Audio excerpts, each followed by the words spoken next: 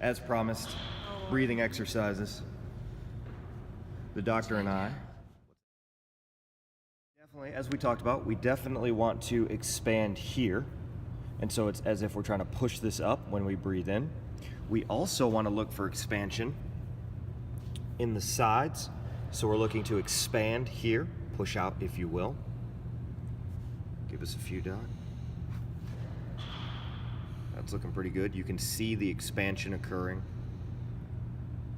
Oh, that was much better. Now we're definitely getting some expansion going.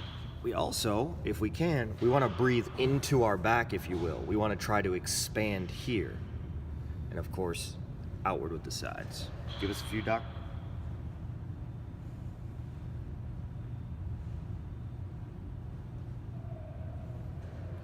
And so these are what we call our Croc breaths. Now that we're on the stomach, we can use the floor for feedback. We're breathing into the floor. That breath is gonna fill our belly. Our belly's gonna drive into the floor.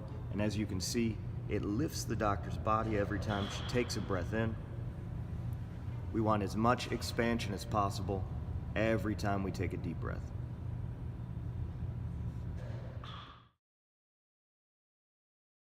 Next, the doctor and I are working on crocodile breaths with integration. In this case, we're integrating by completing a modified prone cobra with the breath. So, first things first, the doctor has her legs squeezed together. Squeeze your legs together, Doc. Awesome. We got the glutes squeezed tight. We're gonna crunch our abs, staying flat on the floor. The arms are straight up overhead. And now, this is where it gets fancy. We're gonna get that Croc breath, take a deep breath into the belly. You can see that back expanding. She's going to lift her hands off the floor without arching the back at all. The abs are still crunched. Now, the elbows pull back slowly. The shoulder blades pinch a little bit. And then we extend the arms back, turning the palms up or out. And now she's gonna get the most raise she can off the floor, maintaining that ab crunch. She's still holding the Croc breath. And then she's gonna bend the elbows, reach forward, and breathe out. And so that is a long breath hold, getting into position. We are not breathing out until we're on our way back to the floor. Failed at that one. And you want to get a solid squeeze and hold at the top.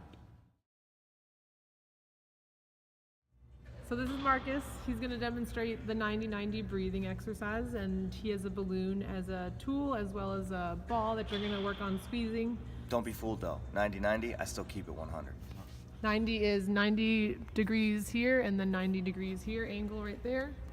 So what he's gonna first think about before he even puts the ball is trying to relax the tone in the hip flexors. So try and keep that nice and relaxed. And then with the ball there, he's gonna use that as a way to engage the inner thighs or adductors, which also engages pelvic floor and helps a lot with this container and stability in here.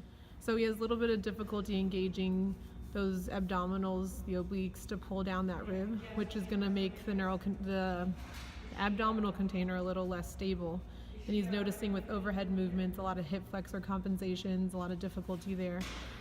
So with this exercise, his goal with breathing in and out, breathing out, he's gonna work on pulling in from the lower abs, pulling in that left, specifically that rib down, and getting in a lot of engagement while keeping his back flat.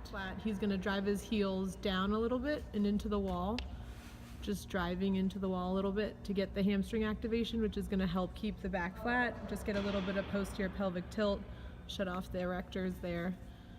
And then he's gonna get a little bit of ball squeeze. He's gonna breathe in through his nose, and then as he breathes out, he's gonna breathe out into the balloon, pulling in those abs, lower abs, pulling in that right side, the left side rib as well.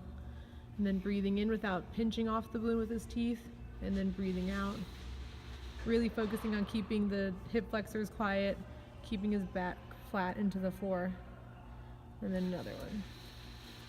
Really pulling in that left side. And what the balloon does is it gives a lot of feedback and resistance to those diaphragmatic muscles that are gonna help just strengthen that area. And then relax.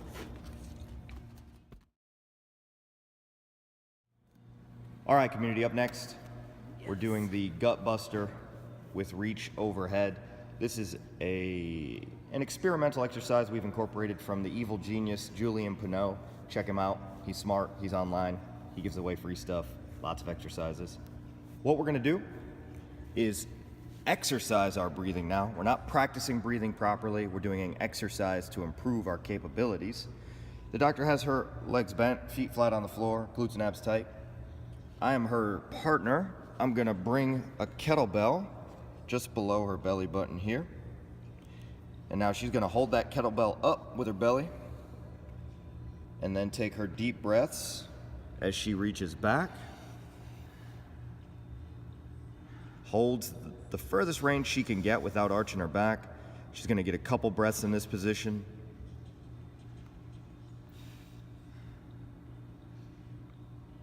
And then we're coming back up. That was 1 rep. We got 2 to 3 breaths at the end range. As we're breathing, we're holding this kettlebell up high.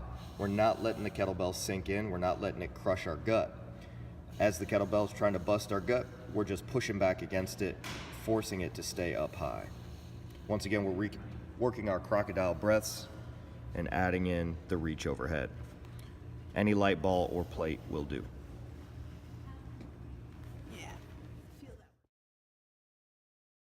Community, our last video, we're doing our crocodile breaths with the super hold. This is the simplest one, but also the toughest one. The doctor's gonna lay down on her stomach with her arms and legs straight. She's gonna squeeze the legs together, glutes and abs tight. Once she's here, she's gonna lift her chest and arms off the floor, legs off the floor, without arching her back.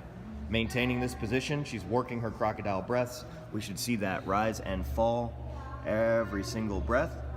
And we're not arching the lower back at all to hold this position. We're keeping the arms up, keeping the chest up, keeping the legs up, working the proper breathing without using the lower back.